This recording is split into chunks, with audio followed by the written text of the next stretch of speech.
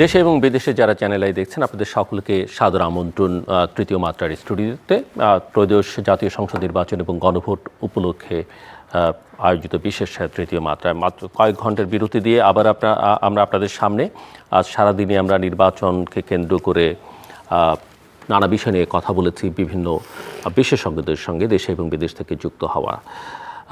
এই মুহূর্তে কথা বলবার জন্য আমার সঙ্গে স্টুডিওতে রয়েছেন আমার বায়ে বসা আছেন বাংলাদেশ জাতীয়তাবাদী দল বিএনপি চেয়ারম্যানের উপদেষ্টা আতাউর রহমান ঢালি, আমার ডানে রয়েছেন সেন্টার ফর গভর্নেন্স স্টাডিজ সিজিএসের নির্বাহী পরিচালক এবং ইস্ট ওয়েস্ট ইউনিভার্সিটির অর্থনীতির শিক্ষক পারভেজ করিম আব্বাসী। স্বাগত আপনাদের দুজনকে তৃতীয় মাত্রায়।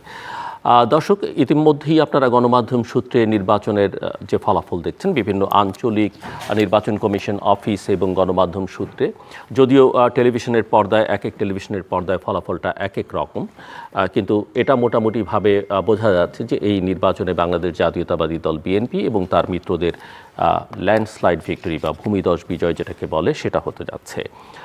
অবশ্য আনুষ্ঠানিক ফলাফল এখনও সেই অর্থে খুব বেশি আসনের ঘোষিত হয়নি, কাজেই এই বিষয় নিয়ে চূড়ান্ত কোনো কথা বলা এখনই সমীচীন হবে না। তবে ইতিমধ্যেই আমরা জামায়াত ইসলামীর আনুষ্ঠানিক প্রতিক্রিয়া দেখেছি।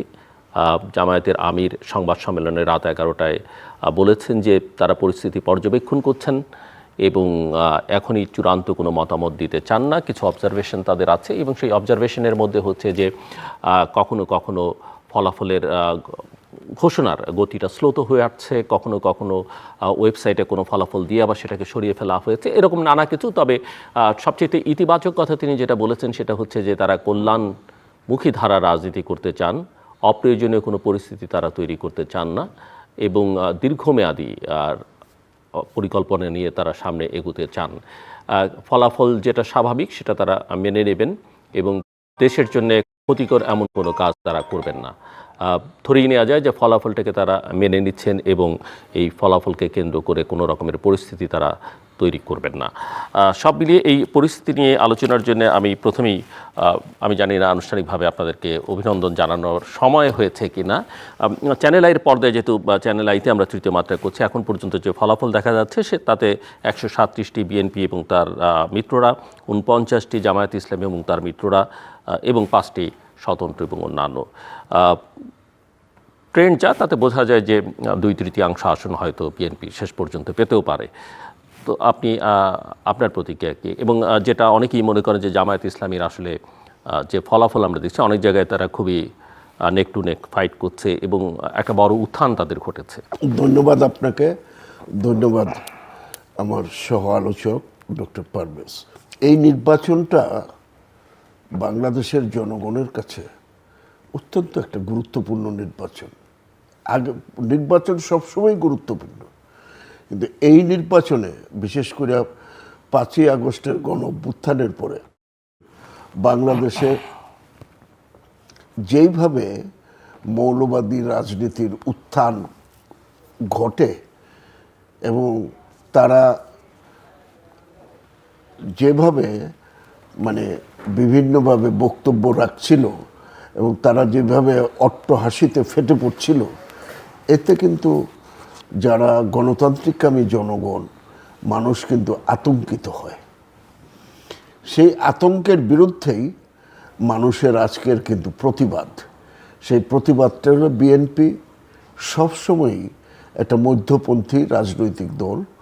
বিএনপি যেমন একটা আলট্রা লেফট, সেই রাজনীতিকেও বিএনপি প্রত্যাখ্যান করে এবং আলট্রা রাইট যে জঙ্গিবাদের যে রাজনীতি সেটাকেও বিএনপি সবসময় প্রত্যাখ্যান করে এসছে বলেই মানুষের প্রত্যাশার জায়গাটাও কিন্তু এই জায়গায়। এবং এই কারণে দেখেন যে বিএনপির, জামাত ইসলামের বিশেষ করে 6টি বিশ্ববিদ্যালয়ে ছাত্র শিবিরের জয়লাভের, 5টা ইউনিভার্সিটিতে তাদের জয়লাভের পরে তারা যেভাবে উল্লসিত এবং তারা সারা বাংলাদেশের ক্ষমতা দখলের ব্যাপারে তারা যেভাবে ঘোষণা দিতে থাকে এবং তারা এই ক্ষমতা দখলের জন্য বিভিন্ন মেটিকুলাস ডিজাইন তারা তৈরি করে। এবং আপনি দেখছেন একটা জিনিস, গত 7 দিন জনগণের যে স্বতঃস্ফূর্ততাটা দেখেন, জনগণ স্বতঃস্ফূর্তভাবে জামাত ওখানে টাকা দিচ্ছে, জামাতের মহিলা ভোটাররা কিভাবে মহিলা ভোটারদেরকে মানে প্রতারিত করছে, এগুলো কিন্তু বিএনপি করে নাই। অর্থাৎ সাধারণ জনগণ কিন্তু জামাতের ব্যাপারে খুবই আতঙ্কিত ছিল। এই আতঙ্ক থেকেই কিন্তু জনগণ সিদ্ধান্ত নেয় তাদের কি করতে হবে, এবং সেই সিদ্ধান্ত থেকেই আজকে আপাতত পর্যন্ত যে বিএনপি মানে একক সংখ্যাগরিষ্ঠের দিকে যাচ্ছে, এই ব্যাপারে কোনো সন্দেহের অবকাশ নেই। তবে হ্যাঁ, জামাতের কিছুটা হলো উল্লফন ঘটেছে, এবং সেই উল্লফনকে রাজনৈতিকভাবে প্রতিহত করতে যারা ক্ষমতায় আসবেন, সেই উল্লফনকে রাজনৈতিকভাবে যদি মোকাবেলা করা না যায়, রাজনৈতিকভাবে মানে এখানে তো একটা বিষয় হচ্ছে যে তাদের উত্থানকে প্রতিহত করা, তার চাইতে বড় কথা হচ্ছে যে আপনার যে বিজয়, সেই বিজয়টাকে আপনি ধরে রাখতে পারছেন কিনা, সেটাও একটা সেই বড় বিজয়কে চ্যালেঞ্জ। ধরে রাখতে হলে মানুষ কেন আমাকে এবং এটা মাথায় রাখতে হবে যে বাংলাদেশের রাজনীতির একটা বড় শক্তি এই মুহূর্তে নেই। অনুপস্থিত। হ্যাঁ, তো সেটাকে মাথায় রেখেই কিন্তু বিএনপিকে সামনের দিনে আগাইতে হবে।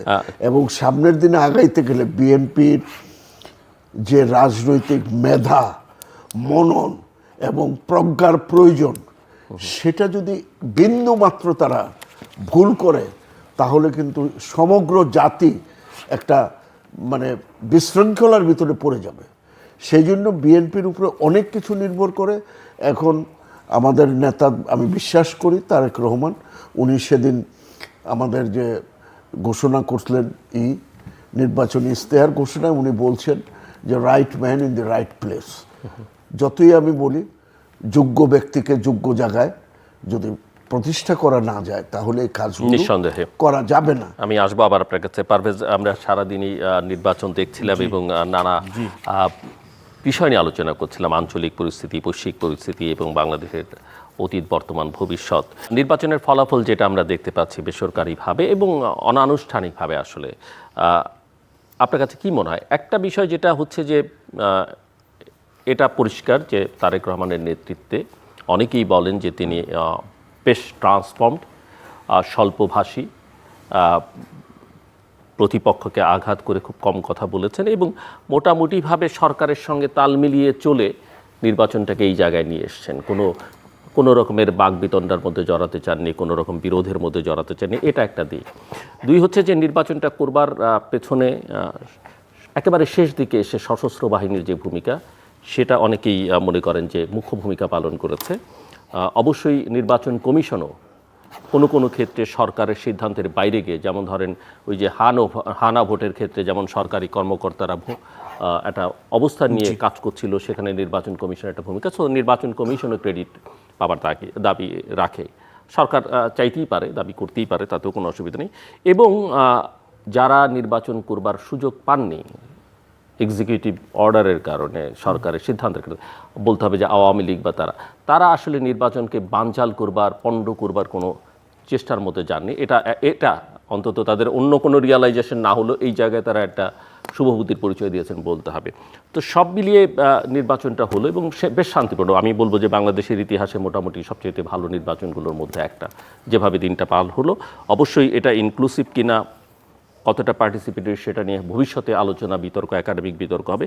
ফলাফল যা দেখছেন সেটাকে আপনি কিভাবে বিশ্লেষণ করবেন? ধন্যবাদ জিজু ভাই। ডালি ভাই তো ওনার পার্সপেক্টিভ থেকে বললেন, কেন উনি একটা রাজনৈতিক দলের সাথে আছেন, মূলত বিএনপির সাথে।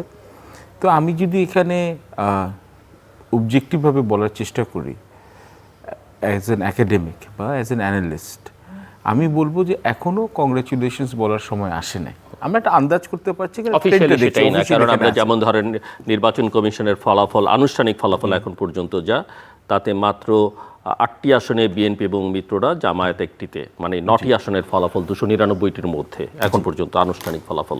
জি, তো মেজর যদি কোনো বড় আপসেট না হয়, আর যদি আল্লাহ চাইলে ইনশাল্লাহ আজকের ভোরের মধ্যে বা আজকে সকালের মধ্যে যদি আমাদের পুরো চিত্রটা পরিষ্কার হয়, তাহলে যেভাবে আপনারা বলছেন দুজনে এবং বাকি যেখানে টেলিভিশন দেখা যাচ্ছে, একটা ক্লিয়ার ট্রেন্ড হচ্ছে যে বিএনপি 2/3 মতো আসন পাওয়ার একটা সম্ভাবনা আরও উজ্জ্বল হচ্ছে উত্তরোত্তর। আচ্ছা, এটা হচ্ছে প্রথম জিনিস, এটা হচ্ছে অবভিয়াস, স্টেটিং দ্য অবভিয়াস। এখন এই কয়েকটি ট্রেন্ড আমি বলে দেবো এখানে, তারপর আমরা এটার পরে আবার আলাপ করব।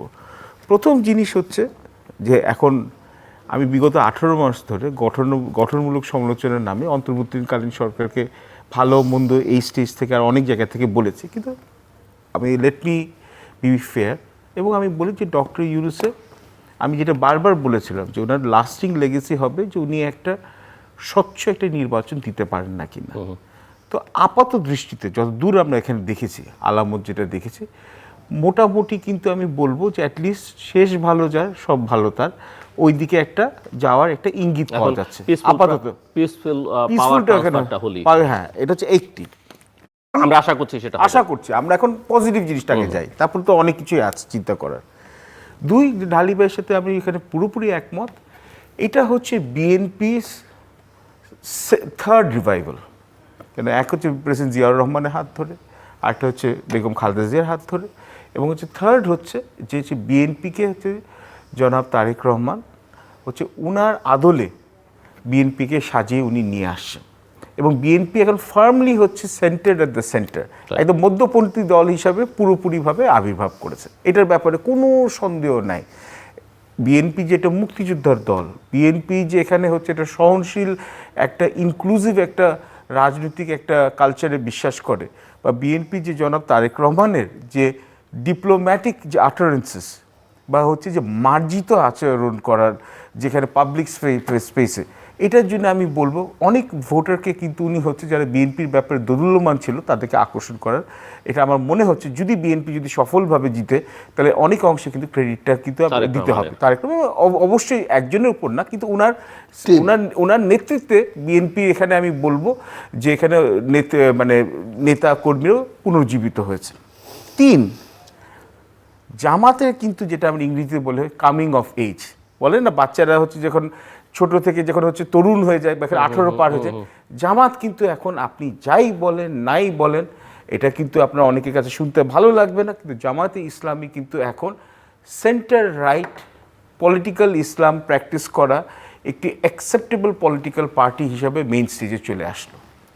সেটা কি আওয়ামী লীগের অনুপস্থিতির কারণে? এটার সাথে আমি বলবো যে তৃতীয় যে পয়েন্টটা আছে, আওয়ামী লীগের হচ্ছে লং শ্যাডো, আওয়ামী লীগের অ্যাবসেন্সটাও both positive and negative play করেছে। একটা অবশ্যই হচ্ছে যে একটা ভ্যাকিউম হয়েছে, যেটা জামাত ইসলামী সুচারুভাবে এখানে এটা সদ্ব্যবহার করেছে, এবং যে আমাদের তো এখন ইলেকশনের রেজাল্টে যখন আওয়ামী লীগের অনুপস্থিতির সুবিধাটা বেশি কে পেল, বিএনপি না জামাত? আমার মনে উভয় দলই পেয়েছে। আমি এক অংশে বলবো কেন আওয়ামী লীগের অনুপস্থিতিতে কিছু অংশে হচ্ছে বিএনপির দিকে এখানে ভোট গেছে, আবার কিছু অংশে আমি ভোটার টার্ন আউটটা কি আমাদের কাছে আসছে এখনো, এটা বোধহয় এখন আসে না, এটা এখন হ্যাঁ 50, যেটা হচ্ছে ট্রেডিশনালি আমাদের ভোটার টার্ন আউট হয় 60%-এর মতো, যেগুলো খুব খুব পার্টিসিপেটরি ইলেকশন হয়, তো তার চেয়ে কম আছে। তো তার মানে বুঝতে হবে এখানে দুটো জিনিস, ট্রেডিশনালি যে আওয়ামী লীগের ভোট বেসের মধ্যে অনেকেই আছে ভোটার বেসের মধ্যে যারা ভোট দেন নেই, কেন এখানে হচ্ছে 50% যে আমাদের ইলেকটোরেট হচ্ছে 12 কোটি এখানে 77 লক্ষ, তো এর মধ্যে তাহলে হচ্ছে যখন ইলেকটোরেট বাড়ার পরেও যখন হচ্ছে আপনার ভোটার টার্ন আউট যেহেতু এখানে 55% নিচে হয়, তার মানে বুঝতে হবে যে এখানে অনেক আওয়ামী লীগের একটি অংশ কিন্তু ভোট বর্জন করেছে। গোপালগঞ্জের দিকে তো আমরা এখানে 3টি আসন আমরা দেখতে পাচ্ছি, এবং আবার আরেকটি অংশ হচ্ছে আবার বিএনপির প্রতি ভোট দিয়েছে। কিন্তু আবার একটি জিনিস হচ্ছে জেন জি ভোটারদের মধ্যে, তরুণ ভোটারদের মধ্যে জামাত কতটুকু ওদেরকে তাদের কাছে নিয়ে আসতে পেরেছে, যাতে নতুন যে স্টেট ক্রাফটের ব্যাপারে বা নতুন এখানে পলিসি বলে, যেখানে হচ্ছে গুড গভর্নেন্স বলেন বা হচ্ছে লো করাপশন বলেন বা নন ডাইনেস্টিক পলিটিক্স বলেন কি না, ওটা কিন্তু হচ্ছে যে আরেকটা বিষয় মনে হয় যে এনসিপি জামাত জোটবদ্ধ হওয়ার কারণে দুটো পক্ষই কিন্তু অনেক বেনিফিট পেয়েছে। আমার মনে হয় যে এনসিপির বেনিফিট বেশি হয়েছে জামাতে ইসলামীর চেয়ে। কেন আমি মনে করবো যে জামাত যেটা হচ্ছে যে জুলাই অভ্যুত্থানের যে লিগ্যাসি, এটা অনেকটা কিছু অংশে হয়তো নিয়ে গেছিল, কিন্তু জামাত কিন্তু অলরেডি তরুণদের মধ্যে কিন্তু একটা এনরোড করে ফেলেছিল, আমার এটা আর্গুমেন্ট হতে পারে, আই মাইট বি রং, যে আপনি যদি 5টি পাবলিক ইউনিভার্সিটি যেখানে নির্বাচন দেখেন, তরুণদের কিন্তু অনেক অংশে কিন্তু টেনে নিতে পেরেছে, কিন্তু আবার এখানে ওদের 2-3টি কিন্তু কোনো জিনিসই শেষ হয় না। এবং আরেকটা জিনিস যেটা আমি এখানে না বললেই নয়, আপনারা যেটা বললেন যে আমাদের সেনাবাহিনী এবং বিশেষত এখানে সেনাবাহিনীর প্রধান যে উনি এখানে সেনাপ্রধান যে এখানে বিগত 18 মাস ধরে অনেক সময় উনি কিন্তু অনেক সমালোচনার শিকার হয়েছেন, এবং খুব আনফেয়ারলি আমি বলবো, কিন্তু উনি কিন্তু নির্বাচনটা যাতে সুষ্ঠুভাবে হয় ক্ষমতা যাতে হচ্ছে একটা নির্বাচিত সরকারের কাছে ট্রান্সফার হয়, এটার জন্য কিন্তু হি হ্যাজ বিন ভোকাল। এবং আমি সবসময় বলি বাংলাদেশের যে প্রাতিষ্ঠানিক গণতন্ত্রের ঘাটতি, যেটাকে বলি ইনস্টিটিউশনাল ডেমোক্রেসি ডেফিসিট, এটার জন্য রেমিডি করার জন্য কিন্তু আমাদের আর্ম ফোর্সেস কিন্তু একটা অনন্য নজির কিন্তু স্থাপন করলো। এবং ইলেকশন কমিশনও আমি বলবো বিলেটেডলি কেম ইনটু জোন। তো দিস আর দ্য পজিটিভস। এবং আরেকটি জিনিস না বললেই নয় যে জামাতে আমিরের যে, দেখুন they are also planning for the long game.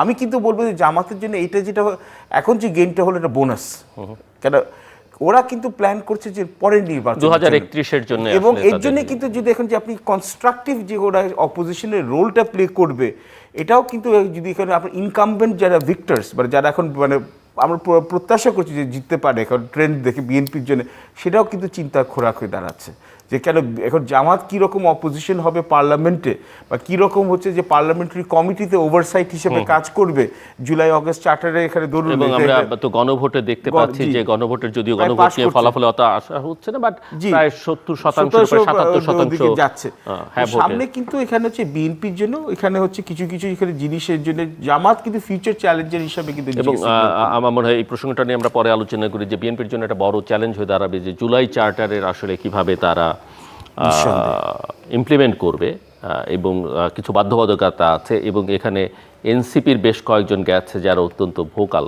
সেই প্রসঙ্গে আমি আসছি। ঢালি, যেটা লক্ষণীয় সেটা হচ্ছে যে জামাত এবং বিএনপির বাইরে অন্যরা কিন্তু খুব একটা সুবিধা করতে পারেননি।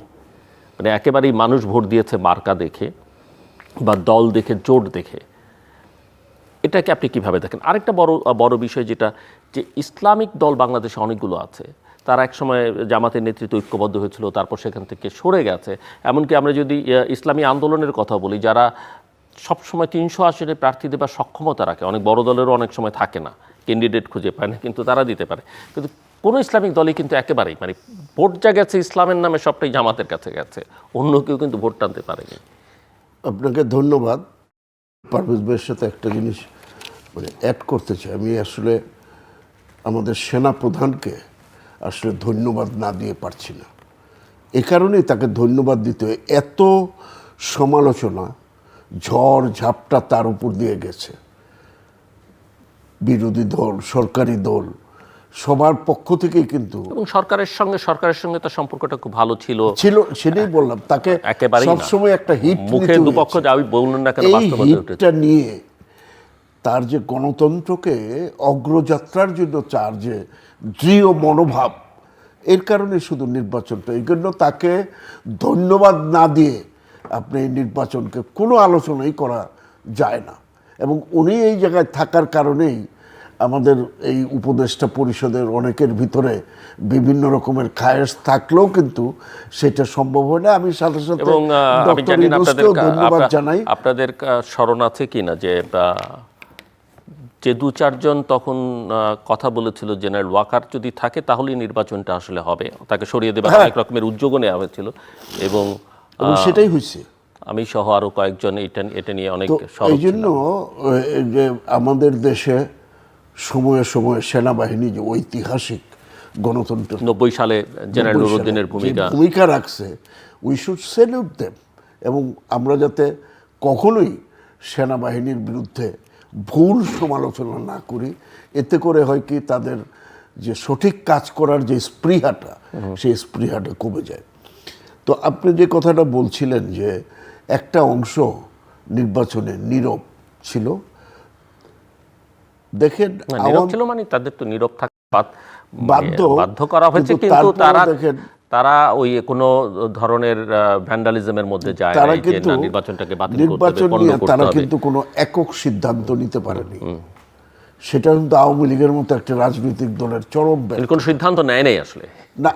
ধরুন একবার বলছেন নির্বাচন বর্জন করুন, না, আমার মনে হয় অফিসিয়াল কোনো স্টেটমেন্টটা আসেনি। এগুলো সোশ্যাল মিডিয়াতে এক এক জন এক এক জায়গা থেকে কাকে ভোট দিবেন এটা নিয়েও তাদের কোনো বক্তব্য মাথা ব্যথা ছিল না।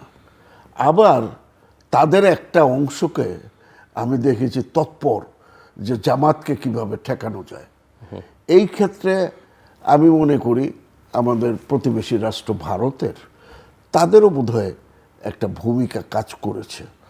না, ভারত আমার মনে হয় যে এই নির্বাচনের ব্যাপারে অত্যন্ত না, পজিটিভ ভূমিকা পালন নির্বাচনের করেছে। ব্যাপারে শুধু মানে positive নির্বাচনটা না, হয়ে যাক এবং এবং নির্বাচনে জামাত যাতে না আসে সেই ব্যাপারেও তাদের মানে আমার মনে হয় যে এই যে জয়শঙ্করের এখানে আগমন এবং বেগম জিয়ার পরবর্তীতে তাদের যে ভূমিকা, এইটাও কিন্তু আমাদের দেশের গণতন্ত্রের মানে বিকাশের ক্ষেত্রে আমি মনে করব এটাও একটা তাদের পজিটিভ দিক, এবং এটা আগামী গভর্নমেন্ট এগুলো কিভাবে হ্যান্ডেল করবে ইট ডিপেন্ডস অন দ্যাট। আপনি আপনি মানে থ্যাঙ্কস দেবার ক্ষেত্রে তালিকায় আরেকটা নাম যুক্ত করলেন, যাদেরকে নির্বাচনটা হওয়ার জন্য ধন্যবাদ। আমি আই উড সে আমি যে ভারতের সবকিছু সমর্থন, কারণ ভারতের বিরুদ্ধে কিন্তু একটা ছিল যে ভারত এই নির্বাচনকে পণ্ড করে দিতে চায়। ভারতের বিরুদ্ধে আমাদের অনেক রকমের অভিযোগ আছে থাকার সঙ্গে, কিন্তু সরকারের দিক থেকে একটা আলোচনা ছিল যে ভারত প্রতিবেশীরা এই নির্বাচনকে পণ্ড করতে কিন্তু চায়। আমি মনে করি তারা এই ক্ষেত্রে অত্যন্ত বুদ্ধিমত্তার সাথে পার্শ্ববর্তী রাষ্ট্রের এই নির্বাচনটাকে তারা মানে হ্যান্ডেল করেছে, এবং সে কারণেই এখানে যে মৌলবাদের যে উত্থানেরটাকে কিন্তু ঠেকানো, এই জন্য তাদেরকে যেমন একদিকে আমরা ওয়াকারকে ধন্যবাদ দেই, আর একদিকে তাদেরকে ধন্যবাদ না দিলেও জিনিসটা কিন্তু খাটো করা হবে। তো সেই ক্ষেত্রে আমি বলি এইগুলি সমস্ত কিছু বিবেচনায় গিয়ে আপনি দেখেন জামাত যেই সুবিধাটা, রাজনীতি বিভক্ত হয়ে গেছে। এই যে ইসলামী দলগুলো বলেন, ইসলামী দল আর এক থাকে না, এটা বুঝছে ইসলামী দলগুলি আদার দেন জামাত, যে আমরা ওইখানে গেলে হারিয়ে যাব, আমাদের কোনো সে থাকবে না। তো কাজে তারাও চায় নাই। মানে একটা আলোচনা পারভেজ ওই জায়গায় কন্ট্রিবিউট করবেন, একটা আলোচনা বিভিন্ন মহলে আলোচনা হচ্ছিল যে ইভেন বিএনপির অনেক নেতা আমাকে বলছে যে তারেক রহমান বা বিএনপির নেতৃত্ব, বিএনপি কেন অ্যান্টাই ইন্ডিয়ান পলিটিক্স করে, তো বিএনপি আস্তে আস্তে ধীরে ধীরে এগিয়েছে, কেন ইন্ডিয়ার বিরুদ্ধে কেন কিছু বলছে না। আরেকটা হচ্ছে যে এই ধর্মভিত্তিক রাজনৈতিক দলগুলোর বিরুদ্ধে এরকম একটা অবস্থান নেওয়াটা ঠিক হচ্ছে কিনা বিএনপির। কিন্তু আমার কাছে মনে হয় যে আপনারা মনে করেন কিনা যে তারেক রহমান অত্যন্ত রাইট ডিসিশন নিয়েছেন, খুবই প্র্যাগম্যাটিক এই সমালোচনা। কারেক্ট টাইমে এই সময়ে বিএনপি যদি এই ব্যাপারে কোনো ধরনের মানে মানে ইয়েতে থাকতো, তাহলে এই ভোটের কিন্তু এই খেলাটা হতো না। বিএনপিকে শত্রু মিত্র রাজনীতির মূল কথা কি? একটা বিশেষ অবস্থায়, বিশেষ রাজনৈতিক পরিস্থিতিতে শত্রু এবং মিত্র নির্ধারণ, এবং বিএনপি এই মুহূর্তে তার শত্রু নির্ধারণ করছে ইসলামী জঙ্গিবাদকে, এবং তার বিরুদ্ধেই স্পেয়ার হেডটা বিএনপি দিয়েছে। এবং বিএনপির এটাই ছিল, বিএনপির এখানে কিন্তু ইন্ডিয়া কি করছে এটা এই মুহূর্তে ওটা অপ্রধান। প্রতিটা রাজনৈতিক কৌশলের ক্ষেত্রে একটা প্রধান দ্বন্দ্ব থাকে আর একটা অপ্রধান দ্বন্দ্ব থাকে।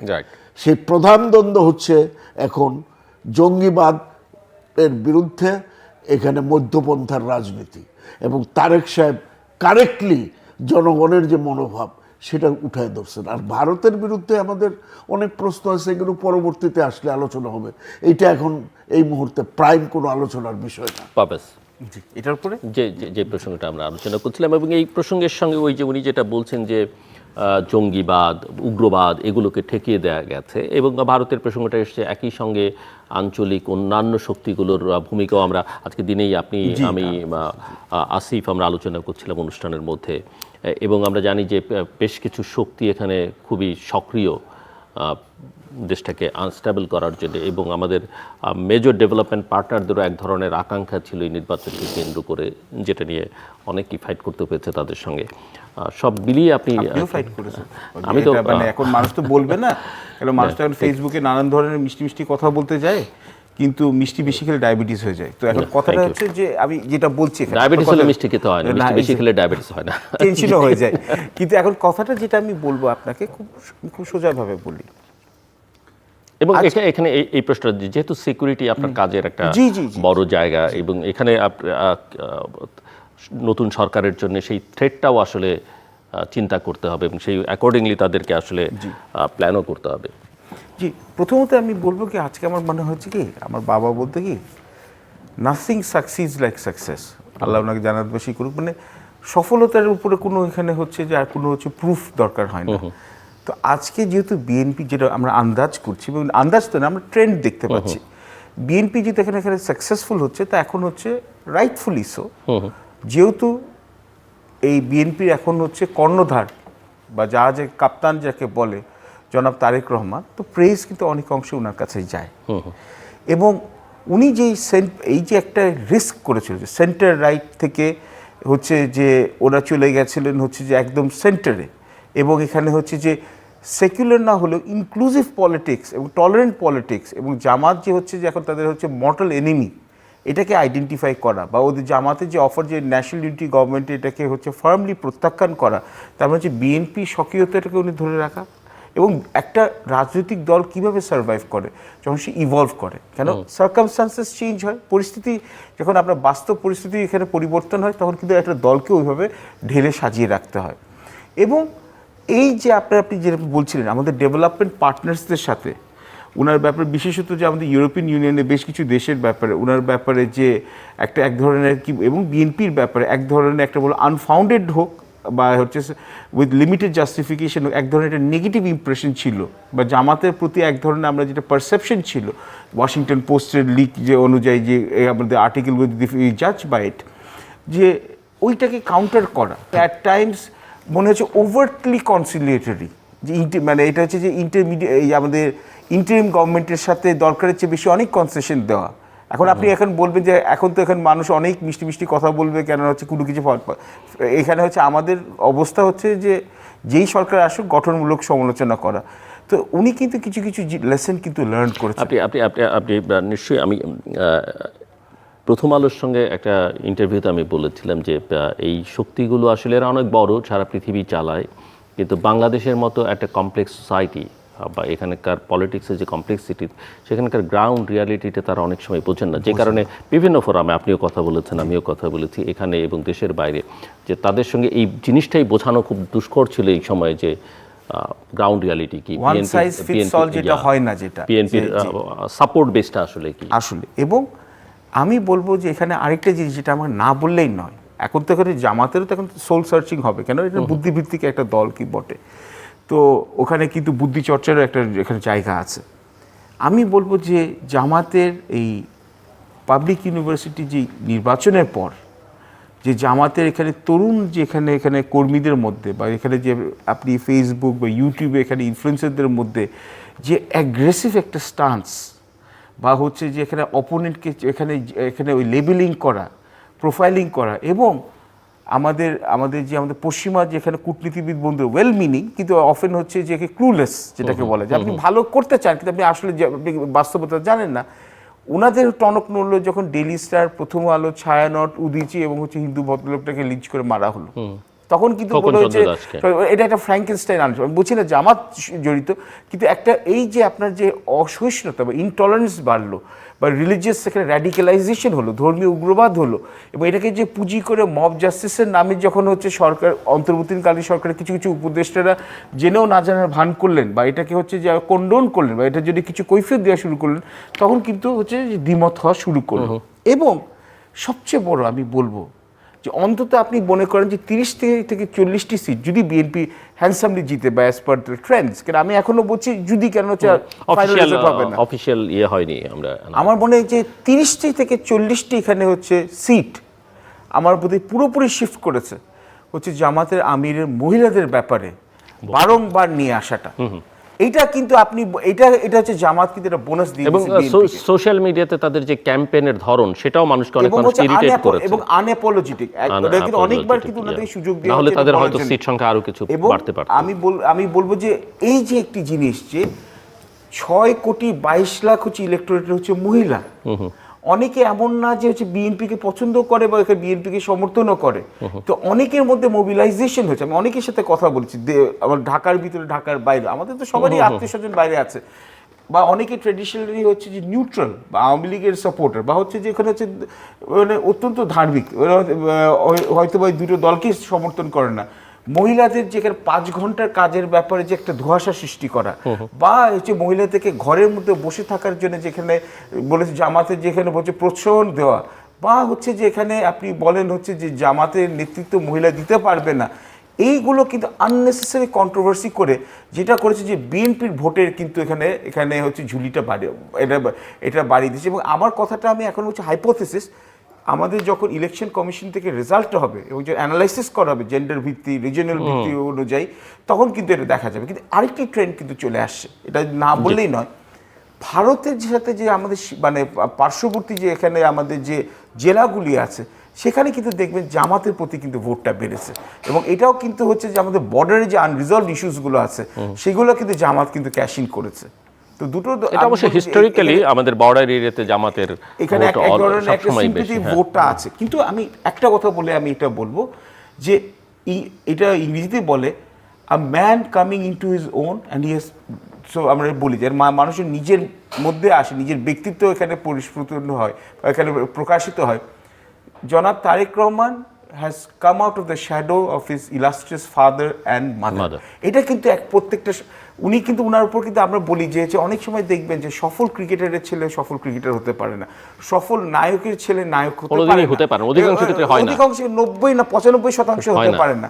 কিন্তু জনাব তারেক রহমানের কিন্তু আমি বলবো যে 2026-এর 13তম যে জাতীয় নির্বাচন has proved so far lucky for him and for BNP. কেননা এই প্রথমবার উনি হচ্ছে জনাব মরহুম জিয়াউর রহমান এবং বেগম খালেদা জিয়ার ছায়া থেকে বের হয়ে উনি কিন্তু বিএনপিকে নিজের আদলে কিন্তু এখানে হচ্ছে পরিবর্তন করার জন্য উনি একটা সুস্পষ্ট প্রমাণ দিলেন। এবং সফলতা এতকাল যে ওনার যে বলছে যে আই হ্যাভ আ প্ল্যান, অনেকেই বলছে যে এটা কি সেন্ট্রালাইজেশন হয়ে যাচ্ছে না কিনা, কিন্তু এই যে এখন হচ্ছে ন্যাশনাল এখানে এটা কোয়াইট কনফিডেন্স যেটাকে বলে, নো ব্র্যাগিং, কোনো অহংকার নাই, অপোনেন্টকে হচ্ছে অশ্রাব্য কথাবার্তা না বলা, এবং যেটা মার্জিত একটা হচ্ছে পরিমিত রিস্ট্রেইনড একটা এখানে ইন্টারাকশন করেছে, এতেও কিন্তু অনেক ভোটারকে হয়তো বা ওরা ইনফ্লুয়েন্স করতে ঢালি। আমি পারভেজের কথাটা যে হয়তো বা না, আমার মনে হয় ভোটারদেরকে এটা দারুণভাবে প্রভাবিত করেছে। আপনি পলিটিশিয়ান হিসেবে যা বলতে পারেন, পারভেজ তো একাডেমিক হিসেবে সেভাবে বলতে পারবেন না। কেন প্রভাবিত করেছে যে অতীতে মানে শেখ হাসিনার অতি কথন নিয়ে আমাদের সমাজে কিন্তু মানে প্রতিটা ঘরেই, ইভেন আওয়ামী লীগের ঘরেও কিন্তু এগুলো নিয়ে আলোচনা ছিল। এবং এই ক্ষেত্রে মানুষের সমস্ত প্রশংসার জায়গাটা ছিল শহীদ প্রেসিডেন্ট জিয়াউর রহমান এবং দেশনেত্রী বেগম খালেদা জিয়া। আজকে এখন কিন্তু যেটা পারভেজ বলছে, এখন কিন্তু এটা তারেক রহমানের রাজনৈতিক দল। It is legacy of his father and mother. But এই 2026-এর এই 13তম নির্বাচন, এটা তারেক রহমানের নির্বাচন। তার সমস্ত ডিজাইন, তার আচার আচরণ, তার মাত্রা, কথাবার্তা সব কিছু মানুষের ভিতরে প্রতিফলিত হয়েছে। এবং সবচেয়ে বড় জিনিস, এবং আমি তো বলবো যে 4টে জেনারেশনকে তাকে ধারণ করতে হচ্ছে এখন পর্যন্ত। কারণ জিয়াউর রহমানের সঙ্গে যারা পলিটিক্স করেছেন তাদের কেউ না কেউ এখনো পর্যন্ত আছে, বেগম জিয়ার সঙ্গে যারা পলিটিক্স করেছেন তারা এখনো পার্টির নেতৃত্বে আছেন। তার একটা জেনারেশন এবং তার পরের জেনারেশন, এবং তিনটাকে এবং সেই জেনারেশনটা পরের জেনারেশন আরো শক্তিশালী, সংখ্যায় অনেক বড় বলে কঠিন কাজ, যেটা শেখ হাসিনা পারে নাই। কিন্তু শেখ হাসিনা কিন্তু তার 3টা জেনারেশনকে, তার ফাদার পরের যে জেনারেশন, তাদেরকে ধরে রাখতে পারে নাই, ও তো মাইনাস করতে গেছে, আরো সে মাইনাস করেছে। কিন্তু দেখেন জনাব তারেক রহমান, জমিরুদ্দিন সরকার এখনো আছে, ডক্টর খন্দকার মোশাররফ এখনো আছে, সেলিনা বেগম এখনো আছে, ব্যারিস্টার রফিকুল ইসলাম ভূঁইয়া বেঁচে আছেন না নেই কেউ জানে না, কিন্তু বেড রিডেন কিন্তু রাখছে স্ট্যান্ডিং কমিটিতে। হ্যাঁ, তারপরে আসেন এরপরে বেগম জিয়ার সাথে এই যে আমাদের টুকু, আমাদের মির্জা আব্বাস, গয়েশ্বর থেকে আরম্ভ করে এদেরকে কিন্তু এরা বেগম জিয়ার product, they are the product of Begum Zia.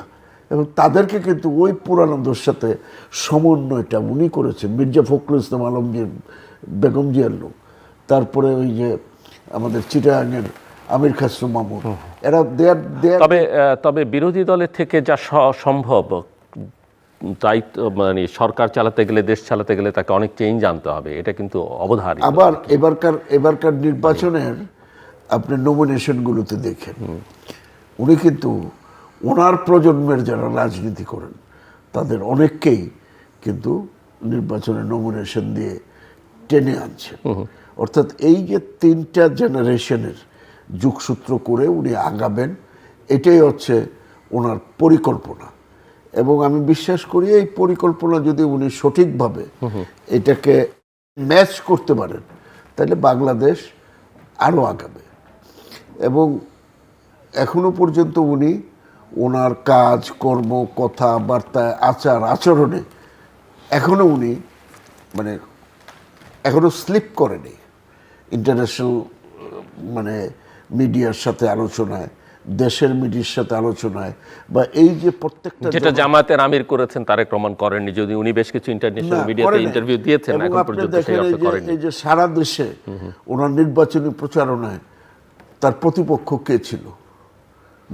উনি এবং এটা কি খুব হেল্প করেছে কিনা, পারভেজও এখানে কন্ট্রিবিউট করেছে যে উনি একটা পারিবারিক মানুষ সেটা বোঝাবার চেষ্টা করেছেন। ওনার স্ত্রী ডক্টর জুবাইদুর রহমান, ওনার কন্যা ব্যারিস্টার জাইবা রহমান, তারাও ক্যাম্পেইনের মধ্যে ছিলেন এবং সমান তালে ক্যাম্পেইন করেছেন। সো এটা মানুষকে বা তরুণ জনগোষ্ঠীকে আসলে কোনোভাবে পজিটিভ এটা একটা নতুন মাত্রা। কিন্তু কারণ বাংলাদেশে সাধারণত আপনি দেখেন ফ্যামিলি মেম্বারদের নিয়ে বা ওয়াইফকে অ্যাটলিস্ট সামনে নিয়ে ক্যাম্পেইন কেউ করে না। তো উনি দেশের প্রধানমন্ত্রী হবেন, উনি ছেলে জয় এবং মেয়ে পুতুল কোনোদিনকেই আমরা পাইনি কিন্তু ক্যাম্পেইনে দু একটা স্টেটমেন্ট দেওয়া। না, আমি সেটা বলছি না। আমি বলছি যে যারা ইলেকশনে, উনি তো প্রধানমন্ত্রীর হবার ক্যান্ডিডেট ছিলেন, কিন্তু সাধারণভাবে যারা এমপি ইলেকশন করেন তারাও কিন্তু ওয়াইফদের নিয়ে বা নিজের মেয়েদের নিয়ে, ছেলেরা হয়তো কোনো কোনো ক্ষেত্রে করে, মেয়েরা গত কয়েক বছর ধরে কেউ কেউ করছে, অধিকাংশ ক্ষেত্রে কিন্তু খুব সামনে নিয়ে আসেন উনি না। ওই ফ্যামিলি ট্র্যাডিশনটাকে রেখেছেন, এই জায়গায় এসে কাট করে দেননি। এবং এটা না, বরং আমি মনে করি যে অনেক ওপেন করে দিয়েছেন এবং সেটা ওনাকে হেল্প করেছে। আপনি দেখেন জায়মা রহমান যেখানেই গেছে সেখানেই এই যে নতুন প্রজন্মের যারা মেয়ে ভোটার তাদেরকে কিনে উনি কানেক্ট করতে পেরেছেন। এটা কিন্তু একটা বিশাল ব্যাপার। এটা জায়মা রহমান যেভাবে কানেক্ট করেছেন, অন্যরা এইভাবে আমি যেটা বলছি যে উনি একটা ফ্যামিলি পার্সন, সেটাও মানুষকে বোঝাবার চেষ্টা করেছেন। উনি ভোট দিতে গেছেন তার ওয়াইফ এবং মেয়েকে সাথে নিয়ে, উনি প্রচারণায় গেছেন তার মেয়েকে সাথে নিয়ে। তবে একটা জিনিস, এই যে ওনার সামনে যে সুযোগ, আবার সামনে প্রচণ্ড দুর্যোগ, এই মোকাবেলা করার জন্য যে ইকুইপমেন্ট দরকার, আমি বিশ্বাস করি একদিকে দেশের ভঙ্গুর অবস্থা, আমি পারভেজের কাছে যাচ্ছি সেই জায়গায়, অন্যদিকে অপোজিশনের জামাত, সঙ্গে এনসিপি, আবার সাইডলাইনে আওয়ামী লীগ আছে। সো পারভেজ, একটু আমি কয়েকটা সিকিউরিটির ইস্যুটা আপনার কাছে জিজ্ঞেস করেছিলাম এবং সেই অর্থ উত্তরটা আপনার কাছ থেকে পাইনি।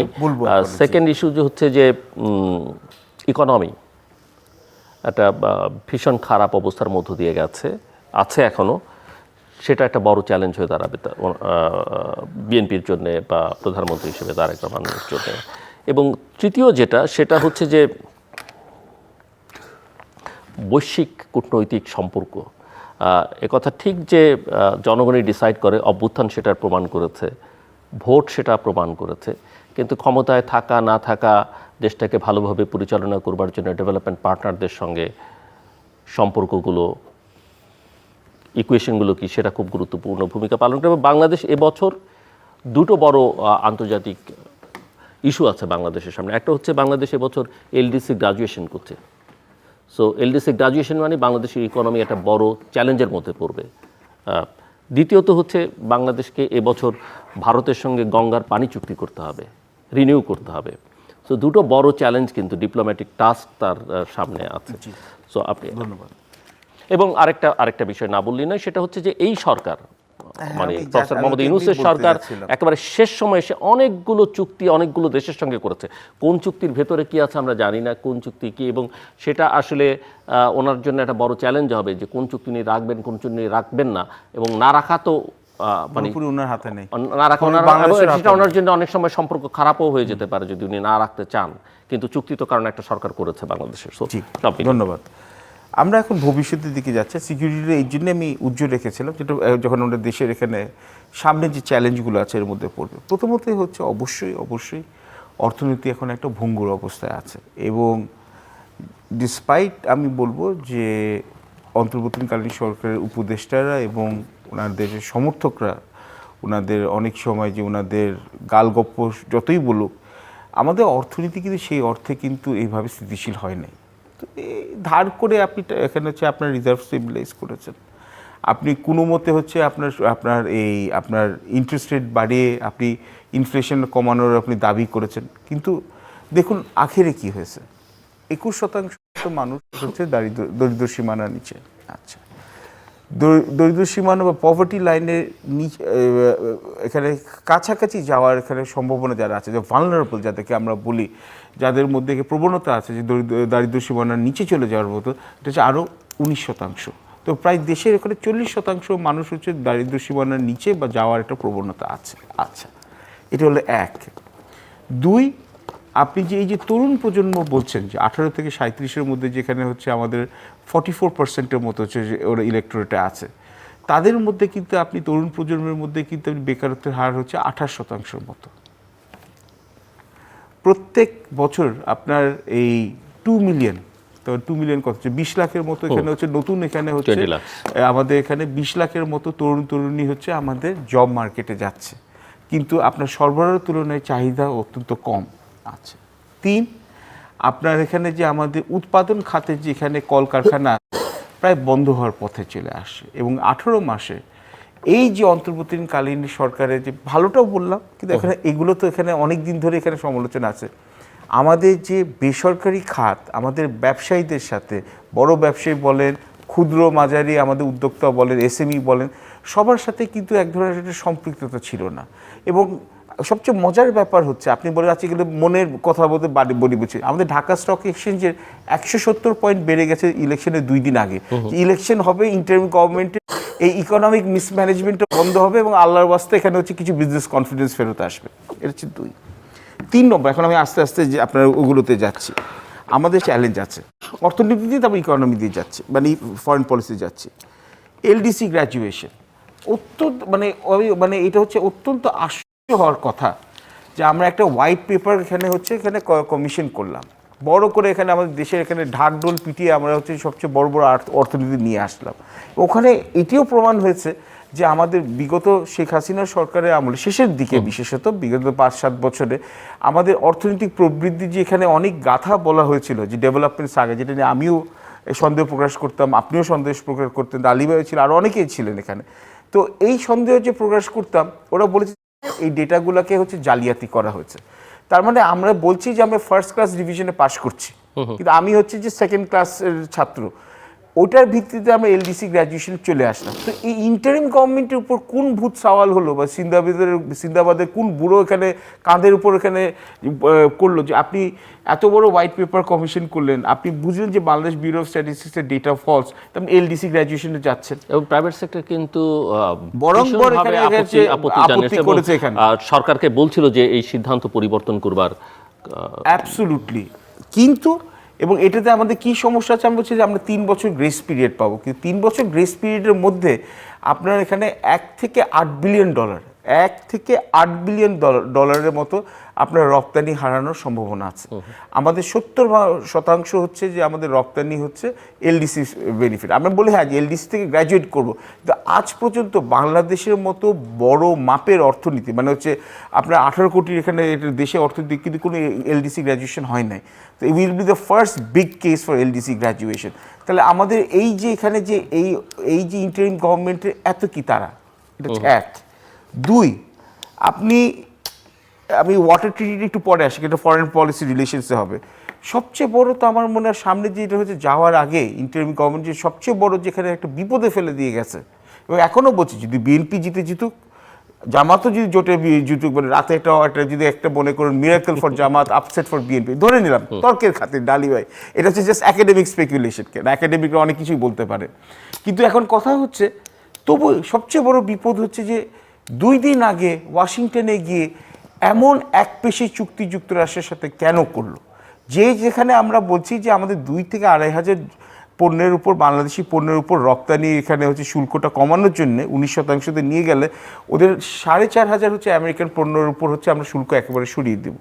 আচ্ছা, এটা তো একটা কথা হল, আমেরিকা সুপার পাওয়ার, আমাদের সবচেয়ে বড় রপ্তানি বাজার, আমাদের সবচেয়ে বড় বিনিয়োগকারী, সবচেয়ে বড় এখানে সমরাষ্ট্র বা ভান্ডার আছে, সুপার মিলিটারি সুপার পাওয়ার, সবই বুঝলাম, কিন্তু এর মধ্যে অনেকগুলো অ্যাগ্রিমেন্ট আছে যেটা হচ্ছে ভবিষ্যতে চিন্তার বিষয় হবে। এক, আপনি যদি কোনো নন মার্কেট পাওয়ারের সাথে আপনি যদি কোনো বাণিজ্যিক চুক্তি করতে যান, যুক্তরাষ্ট্র ইমিডিয়েটলি আপনার অ্যাগ্রিমেন্টটা খারিজ করবে। নন মার্কেট পাওয়ার মানে কি চীন, রাশিয়া বা যাকে যুক্তরাষ্ট্র মনে করে তার হচ্ছে স্ট্র্যাটেজিক ইন্টারেস্টের পরিপন্থী।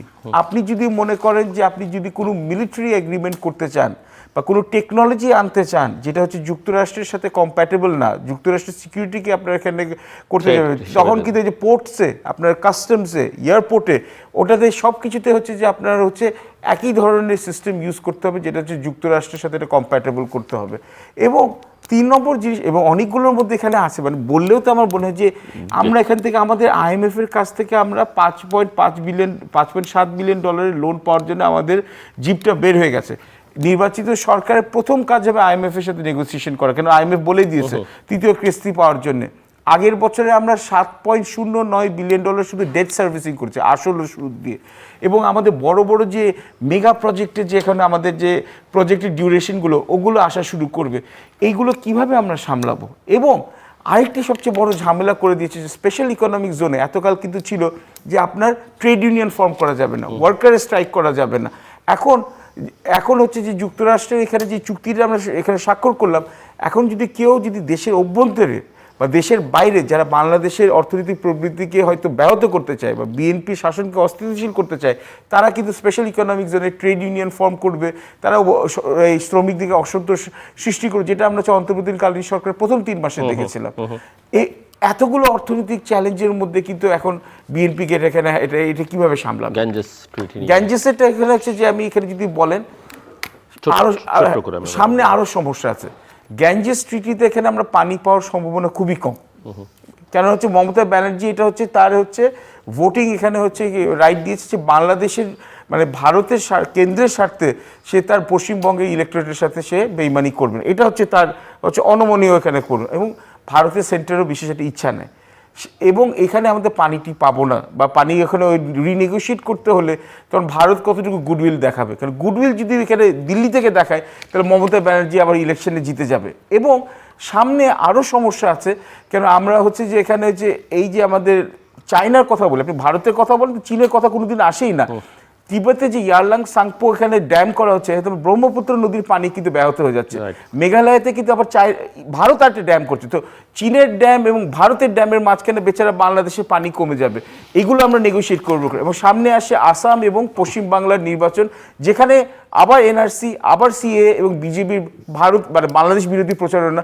তখন যদি বাংলাদেশে যদি তারেক রহমান ভারতের সাথে প্রজ্ঞার সাথে প্র্যাগম্যাটিক্যালি যদি ফরেন পলিসি রিলেশন করতেও চায়, জামাত কিন্তু এই সুযোগটা ছাড়বে না যে তখন হচ্ছে ভারত বিরোধী, ভারত তোষণ এখানে একটা ক্যাম্পেইন হয়েছে যে বিএনপি এইগুলো হচ্ছে সামনে বড় বড় চ্যালেঞ্জ যেটা আছে, বন্ধক রেখে কাজ করছে তারেক রহমান। এখন ভবিষ্যতে এই ক্যাম্পেইন আরো জোরালো ক্যাম্পেইন করবে, প্রোপাগান্ডা। মিস্টার ঢালি, আমি একটা আপনার কাছ থেকে বুঝতে চাই যে আমাদের এখানে আস্থার সংকটটা বড় সংকট সব মহলে, সব জায়গায়। সো আওয়ামী লীগ তো বাইরে একদিন, এখন তার তো একটা সমর্থক গোষ্ঠী আছে। Mister Tarique Rahman truth and রিকনসিলিয়েশনের কথাও একটা বিদেশি গণমাধ্যমের সঙ্গে বলছিলেন। সো এদেরকে কিভাবে অ্যাকোমোডেট করা হবে আগামী দিনে? দেশের মাইনরিটি যারা আছেন, পাহাড়ের মানুষ, সমতলের মানুষ এবং বিভিন্ন ধর্ম, বর্ণ, গোত্র, লৈঙ্গিক বৈচিত্র্যের যারা, এদের সবার এক ধরনের আস্থার সংকট আছে। এই আস্থার সংকট ফিরিয়ে আনাটা বড় চ্যালেঞ্জ। আপনি কি মনে করেন এটা তো একটা পলিটিক্যাল, সেটা কিভাবে করা হবে? প্রথম হলো যে সংখ্যালঘুদের যে একটা আস্থার সংকট, এটা কিন্তু বিএনপি দীর্ঘদিন যাবৎ ইনহেরিট করে আসতেছে এবং বিএনপি এটা বারবার এটা ওভারকাম করার চেষ্টা করতেছে। এখন এবার অবশ্য বিএনপি আওয়ামী লীগ না থাকে একটা সুযোগও পেয়েছে, আমি বলবো। তো কারণ অনেক সংখ্যালঘুর ভোট এবার বিএনপির পক্ষে গেছে। এবার ইলেকশনে দেখেছেন যে বিএনপি মোটামুটি সংখ্যালঘুদের ব্যাপারে তাদের বক্তব্য এবং আচরণ কোনো জায়গায় কিন্তু, তো সেই ক্ষেত্রে আমার মনে হয় যে এই নির্বাচনের উত্তর বিএনপি যদি এগুলোকে যাতে মানুষ ব্যবহার করতে না পারে সেটার জন্য পারফেক্টলি হ্যান্ডেল করা, তাদের সাথে অবশ্যই আলোচনার দ্বার ওপেন করা, কোন কোন জায়গাগুলোতে সমস্যা আছে সেই জায়গাগুলোকে আপনার করা, চিহ্নিত করা, এবং এটার জন্য মানে স্পেসিফিক যদি উনি এটা দায়িত্ব দিয়ে দেয় যে এইরকম আমি একটা টিম করলাম, এই টিম দায়িত্ব নিয়ে এই কাজগুলো করবে, এবং এটা কিন্তু একটা খুব সাংঘাতিক কঠিন কাজ। আরেকটা হলো পার্বত্য চট্টগ্রামের যাদেরকে আমরা বলি মানে ক্ষুদ্র জাতিগোষ্ঠী, তো এই সংকট এটার সাথে যুক্ত হয়েছে যে রোহিঙ্গা সংকট। এই সংকট যদি আমরা ঠিক মতন হ্যান্ডেল করতে না পারি, কারণ আপনি দেখেন যে পাহাড়ে আবারও কিন্তু অতীতের মতো ইউডিপিএফ এরা নতুন করে অস্ত্র হাতে নিছে এবং এরা সেখানে বিশৃঙ্খলা সৃষ্টি করতেছে, এবং পাহাড়ি এবং বাঙালি জনগোষ্ঠীর ভিতরে যে দীর্ঘদিনের যে বিভেদ, এই বিভেদটাকে কিন্তু ধরেন জামাত এবং অন্যেরা চাইবে এই বিভেদটাকে উস্কে দেওয়ার জন্য, আরও উস্কে দেওয়ার জন্য। সেই ক্ষেত্রে বিএনপিকে এইখানেও কিন্তু এই জিনিসগুলো হ্যান্ডেল করার জন্য একটা টিম করা, অভিজ্ঞ বিশেষজ্ঞ টিম করে এর আলোচনা করবে, আলোচনা করে রিপোর্ট দেবে, সেগুলির ক্ষেত্রে মানে আলোচনার কোনো বিকল্প নেই। আমি মনে করি আলোচনার কোনো বিকল্প নেই, এবং এইটার সাথে যারা যারা পিছনে স্টেক হোল্ডার আছে তাদের সাথেও আলোচনা করতে হবে। আপনার রোহিঙ্গা সমস্যা বার্মার গভর্নমেন্টের সাথে আলাপ করে এটা কোনো সমাধান হবে না। কোনো ইভেন আপনি রোহিঙ্গা সমস্যা তো আছে, পাহাড়ের যেটা বললেন যে 96 যে শান্তি চুক্তি, সেই চুক্তি কিন্তু এখন পর্যন্ত বাস্তবায়ন, ওরা বলছে যে শান্তি চুক্তি বাস্তবায়ন হয়নি। সন্তুল লারমা কয়েকদিন পর পরে হুমকি দেয়, এবং এই হুমকি কতদিন পরে যদি আপনি দেখেন, এই সন্তুল লারমা কিন্তু বেড়ে উঠছে ভারতে, এদের বেড়ে ওঠাটা কিন্তু ভারতে। তা আবার ভারতের সাথে যদি এগুলো নিয়ে সুসম্পর্ক বজায় না রাখি, সেখানে যদি ইফ দে প্লে, তাহলে কি হবে? তো এগুলো সব কিছু মাথায় রেখেই তারপরে এই যে গঙ্গার পানি বন্টন চুক্তি, আমাদের সম্ভব হবে না গঙ্গার একটা চিরস্থায়ী এটা ভারত না। আবার রয়ে গেছে আমাদের তিস্তা, সেটা তো হওয়ার কোনো, ওই যে পারভেজ ভাই যেটা বলছে, সেটা বার্মা চায়না তিব্বতে যে ব্রহ্মপুত্রের উপরে বিশাল বাদ দিয়ে রাখছে, সেটা মানে ইন্ডিয়ার কথারে কোনো পাত্তাই দেয়নি। আবার যে 50% পানি টাইনা নিয়ে যাচ্ছে চায়না, বাকি 50%-এর 40% নিয়ে যাচ্ছে ইন্ডিয়া। এখন ব্রহ্মপুত্রের এই 10% নিয়ে আমাদের আলোচনা, 10%-এর আমরা কতটুকু পাবো, ওই 90% নিয়ে কিন্তু আমাদের কোনো আলোচনা নাই। তো এটা যদি না হয় তাহলে আমাদের বিকল্প ব্যবস্থা কি? আবার এখানে চাইনিজরা যেটা আমাদের এখানে যেটা তিস্তা প্রজেক্টের প্রপোজাল দিয়েছে, যেটার ব্যাপারে ভারতের চরম আপত্তি, সেই আপত্তি মানে ওভারকাম করে বাংলাদেশ এই সমস্যা কিভাবে সমাধান করবে, এটা খুব কঠিন ব্যাপার। তারপরে ফেনী নদীর যে সমস্যা, আমাদের কিন্তু আমরা কাগজে কলমে বলি 54টা নদী ভারতের সাথে, আসলে ছোটোখাটো মিলাইলে 200 নদী আমাদের সমস্যা, এবং এইটা আমাদের অর্থনীতির অত্যন্ত প্রাণকেন্দ্র। তো এই সমস্তগুলো মিলে আপনি যদি এই অর্থনৈতিক কূটনীতি এখনকার যুগে এটা যদি করতে না পারি, তাহলে কিন্তু আমাদের সামনে ভবিষ্যৎ অত্যন্ত কঠিন। আপনি এখানে চায়না এবং ভারতের দ্বন্দ্ব, চায়নার সাথে ইউএসের দ্বন্দ্ব, এগুলোকে এবং ইউএস এর অ্যাম্বাসেডর তো বলছেনই এখন ওপেনলি, সেটা তার সিনেট হিয়ারিং এ বলেছেন, বাংলাদেশে এসে তিনি বলেছেন যে চায়নার যে প্রভাব বাংলাদেশে সেটা দৃশ্যমান, এটাকে কমাতে হবে। না সেটার সাথে সাথে চায়নার প্রতিক্রিয়াটা তো দেখছেন, চায়নার প্রতিক্রিয়া দেখছেন, কাজেই মুখোমুখি এই মুখোমুখি অবস্থার এটাও তো একটা বড় চ্যালেঞ্জ হয়ে দাঁড়াবে বিএনপির জন্য, যারা চ্যালেঞ্জ। এবং দেখেন আবার নতুন খেলোয়াড় এখানে ঢুকছে, টার্কি। এই যে আজকে দক্ষিণ এবং দক্ষিণ পূর্ব এশিয়া আপনি এটা শুরু করছেন, সেটা হলো বে অফ বেঙ্গল। বে অফ বেঙ্গল যে কত ইম্পর্টেন্ট এটা বাংলাদেশের মানুষের সামনে আপনি চোখটা খুলে দিচ্ছেন, যে এই বে অফ বেঙ্গল থেকে ভারত মহাসাগর, ভারত মহাসাগর, প্রশান্ত মহাসাগর, ইট ইজ দ্য মানে দক্ষিণ দক্ষিণ পূর্ব এশিয়ার কানেক্টিভিটি। তো এইখানকার এখন রাশিয়ার নজর এখানে, ভারতের নজরে, ভারত তো ছাড়বেই না, ভারতের নজর এখানে চীন। এগুলোকে হ্যান্ডেল করার জন্য, সেটাই বলছেন উনি, টার্কি এগুলোকে হ্যান্ডেল করার জন্য, তারপরে এই রোহিঙ্গা, বিএনপির জন্য হ্যাঁ আমরা খুব আনন্দিত, আমরা গর্বিত, ওভারওয়েলমিং মেজরিটি নিয়ে ক্ষমতায় আসতেছি। কিন্তু ক্ষমতায় আসার পরে পারভেজ ভাই অর্থনৈতিক সমস্যাগুলি, ওনার সাথে তো আমি একমত। আমি নিজে অর্থনীতির একজন ক্ষুদ্র ছাত্র, অর্থনীতির ছাত্র ছিলাম। হ্যাঁ, তো কাজেই আমি জানি না আমরা কতক্ষণ কথা বলতে পারবো, বোধহয় একটু শেষের দিকে চলে এসেছে। আমি শেষ করে দিচ্ছি, জাস্ট একটা ছোট্ট আমি প্রশ্ন করে একটা আসছি। মিনিটে শেষ করছি। যে অর্থনৈতিক এই চ্যালেঞ্জগুলো ইমিডিয়েট ঠিক আছে। টাস্ক ফোর্স করে গেলে মোকাবেলা করা, এটার সাথে সামাজিক, এটার সাথে কূটনৈতিক, এগুলো করার জন্য আমার মনে হয় জনাব তারেক রহমানের মানে সেই ইকুইপমেন্ট আছে, কিন্তু তার হি নিডস এ টিম, এবং যারা তাকে সঠিক পরামর্শ দিবে, সঠিক দিকে নিয়ে যাবে। না হলে কিন্তু বিএনপির চরম বিপর্যয় সামনে আছে, আমি আজকেও হুঁশিয়ার করলাম। মিস্টার ঢালির কথা সূত্র ধরে পারভেজ আপনাকে আমি একটা প্রশ্ন করতে চাই। উনি এই যে টার্কির প্রশ্নটা তুললেন এবং উনি উগ্রবাদের কথা আগে তুলেছেন।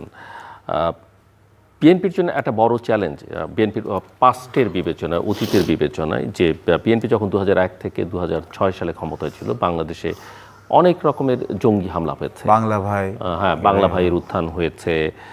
কে করেছে, কার আশ্রয় প্রশ্রয় হয়েছে, কে প্রণোদনা দিয়েছে, সেটা অন্য বিতর্ক। সময়কালটা বিএনপির শাসনামল এবং ভারতের সঙ্গে টেনশনের একটা বড় কারণ 10 ট্রাক অস্ত্র, এগুলো সব মিলিয়ে শেখ হাসিনা 1001টা অপরাধ করেছেন এবং আরো বেশি করতে আরো বেশি হতে পারে, এবং সেখানে ক্ষমার অযোগ্য অপরাধের তো সেটাও সীমাহীন। কিন্তু একটা ক্রেডিট তিনি নেবার চেষ্টাই সবসময় হয়তো করতে পারেন, এবং জামাতের উত্থান যদি সেই পর্যায়ে হতো তিনি দাবিও করতে পারতেন আনন্দের সঙ্গে যে আমি নেই, দেখো এখন জামাত ক্ষমতায় বা ক্ষমতার কাছাকাছি চলে এসেছে। কিন্তু সেটা ফরচুনেটলি ঘটলো না, বাংলাদেশের জনগণ সেটা হতে দিল না। এটাও একটা আমি মনে করি বড় বিজয়। কিন্তু সংকটের জায়গাটা হচ্ছে যে গত 18 মাসে যারা সিকিউরিটি এক্সপার্ট বাংলাদেশে বা আলোচনা করে, তারা বিভিন্ন মহল থেকে বলছিলেন যে বাংলাদেশে এই সময়টাতে অনেক টেররিস্ট বাংলাদেশে ঢুকেছে, অনেকের নজর বাংলাদেশে পড়েছে। কোনো কোনো দেশের নাম আপনারা ইতিমধ্যে উচ্চারণ করেছেন। ইভেন পর্যবেক্ষক হিসেবেও তাদের কাভার্ড ওভার্ট বিভিন্ন গোষ্ঠী এখানে এই যে এবার এই ইলেকশনের সময় আসলো, তারা এসছে। সো এটা একটা আগামী দিনে বিএনপির শেষ পর্যন্ত আনুষ্ঠানিকভাবে রেজাল্ট হলে, তারেক রহমানের নেতৃত্বে সরকার গঠিত হলে একটা অস্থিতিশীলতা তৈরি করবার একটা চেষ্টা নানা মহল থেকে হতে পারে।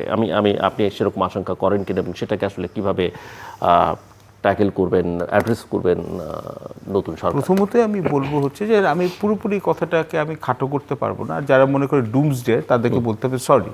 সব কিছুতে যদি মানে একটা জিনিস যদি একটা নেগেটিভ একটা কথা যদি বলা হয় বা এটা সমালোচনা করা হয়, এটাতে ডুমসডে না বা ভয়টয় এখানে মানুষকে ভয় পাওয়ানোর জন্য না।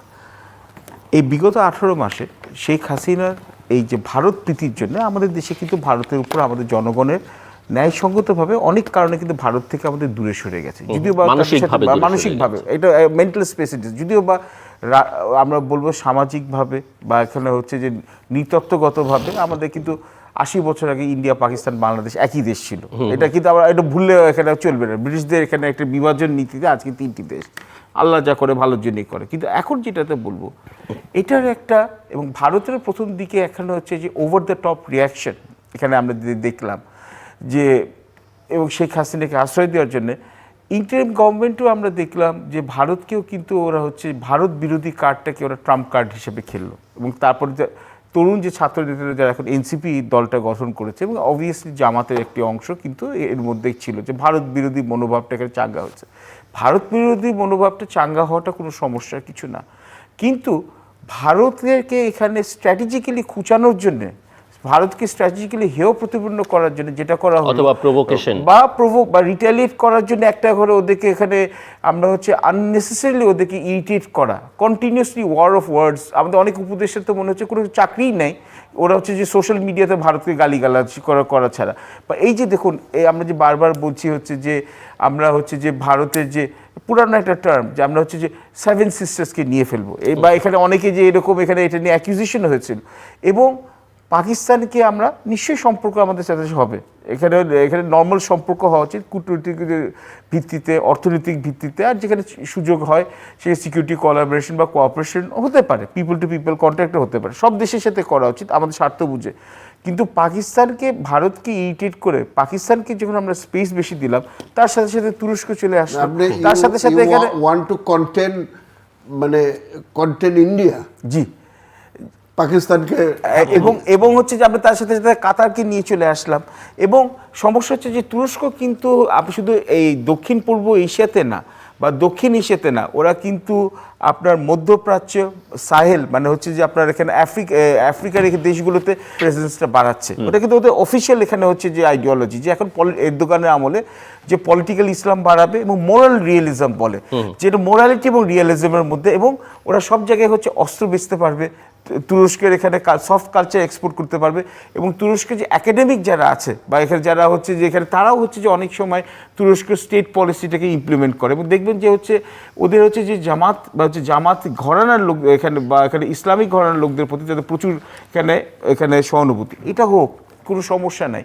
কিন্তু আপনি যখন হচ্ছে আপনি ভারতের মতো একটি দেশকে, বিশাল একটা দেশ, এটা আপনি এখানে অস্বীকার করে তো লাভ নেই, এবং সত্যকে সত্য বললে যদি এখানে হচ্ছে আমার তো ইনফিনিটি কমপ্লেক্সে ভোগারও কথা না, ভারতকে যখন আপনি আননেসেসারি প্রভোক করবেন, তখন কিন্তু আপনার কিন্তু সিকিউরিটি কিন্তু সিচুয়েশনটা কম্প্রোমাইজ হবে। আর যখন আপনি তখন কী হবে, আপনি যদি স্পেসটা যদি আপনি কমাতে চান, তখন অবভিয়াসলি তারাও স্ট্রাইক ব্যাক করবে। কারণ এই ইন্টারিম গভর্নমেন্টের সময় তো এটা ফ্রি ফর অল হয়ে গেছিলো, যে এখানে অনেকে এখানে আসা যাওয়া করেছে, যেখানে আমরা দেখেছি মিডিয়াতে, নিউজ পেপারে, যাদের ব্যাপারে হচ্ছে যে ভারতীয় এখানে হচ্ছে সংস্থাগুলোর বা ভারতীয় এখানে যে নীতি নির্ধারকদের এখানে অনেক ধরনের আপত্তি ছিল।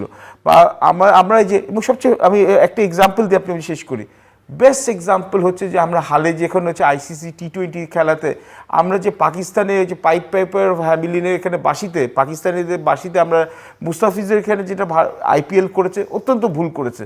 কিন্তু প্রথমে বিসিবি ভুল করেছে বা অন্যায় করেছে, অন্যায় তো অন্যায়, কিন্তু এখানে হচ্ছে যে ওই যে অন্যায়টা করার জন্য আমরা যখন ডিসপ্রপোর্শন রিয়াকশন করলাম, এটা বিসিবির দায়িত্ব ছিল, অন্তর্বর্তীকালীন সরকার জড়ালো করে। এখন অন্তর্বর্তীকালীন সরকার বলছে এটা আমাদের দায়িত্ব না, এটা আমাদের দোষ না, পাকিস্তান সরকারি সিদ্ধান্ত। হ্যাঁ, তো এরা প্রথমে বলে আবার ব্যাক আউট করলো।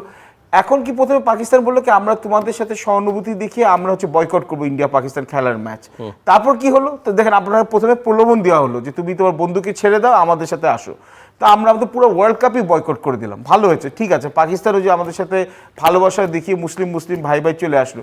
শেষে কি হলো, ক্লোজ ডোর মিটিং হলো, শ্রীলঙ্কার এখানে প্রেসিডেন্ট ইন্টারভিন করলো, ওমা কলম্বোতে এখন দেখি ইন্ডিয়া পাকিস্তান খেলবে, আর আমাদেরকে বলা হচ্ছে না তোমরা ICC থেকে যদি বয়কট করো, এই যে বয়কট করছো ওটার জন্য তোমাদের এটার মধ্যে কোনো জরিমানা দেওয়া হবে না, আমরা তোমাদের টাকা পয়সাটা পাবে। আজ পর্যন্ত ICC-তে কোনো যদি টিম যদি সিকিউরিটি কনসার্নে যদি বয়কট করে, তাদেরকে কোনো জরিমানা করার নিয়ম নাই।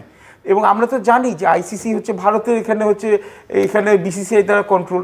এই যে এইটার একটা নমুনা হলো যে আপনার মানে শর্ট টার্ম ফ্রেন্ডশিপে আমি যখন আমার নিজের ন্যাশনাল ইন্টারেস্টে ইগনোর করি, শুধু ক্রিকেটের মাঠে না, ন্যাশনাল সিকিউরিটির মাঠেও কিন্তু এখানে বিশাল বড় সংখ্যা হবে। এবং বিপদ হচ্ছে বিএনপির মধ্যে এখানে হচ্ছে ওই যে বিএনপি তো ইনিশিয়াল যে ঘরানার যে সৃষ্টিটা হয়েছিল, যেখানে হচ্ছে ওর মধ্যে একটা ভারত বিরোধীটা একটা অংশ ছিল, এখনও কিন্তু এই যে প্র্যাগমেটিজম, আমি বলছি না যে ভারতের সকল আনইকুয়াল জিনিসপত্র আমরা মেনে নিই, নিশ্চয়ই আমাদের জাতীয় স্বার্থের জন্য ভারতের সাথে সমতার ভিত্তিতে আমরা এখানে হচ্ছে যে মর্যাদাপূর্ণ একটা সম্পর্ক এস্টাবলিশ সবার সাথে আমরা করি, যেটা তারেক রহমান বলেছেন, বিশেষ করে মিস্টার ট্রাম্পের ক্ষেত্রে, যে তিনি তার স্বার্থ দেখবেন, আমি আমার স্বার্থ দেখব। আচ্ছা, এখন এই সময় কিন্তু কিন্তু এই সময় কিন্তু হচ্ছে উনি বিএনপির ভিতরেও কিন্তু এটা পুশব্যাক ফেস করবেন। এবং যারা এতদিন 18 মাসে অন্তর্বর্তীকালীন সরকারের মানে হচ্ছে কিছু উপদেষ্টাদের উদাসীনতা বা হচ্ছে যে স্বেচ্ছাচারিতার জন্য অনেক সুযোগ পেয়েছিল, মানে এখানে হচ্ছে রান অ্যামক, তাদেরকে যদি স্পেসটা কন্ট্রোল করতে চান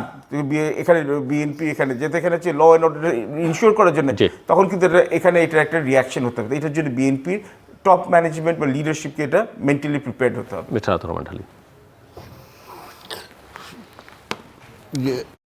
মানে এই যে আমাদের অন্তর্বর্তী সরকারের সবসময়ই মানে এই যে ক্রিকেটের যে ব্যাপারটা, এটা কি করলো হঠাৎ করে, মানে তারা যখন দেখলো জনাব তারেক রহমান দেশে ফিরে আসলেন, ম্যাডাম খালেদা জিয়ার মহাপ্রাণ, তো ওই সময় দেশে আসলে সরকারটা হারিয়ে গেছিল।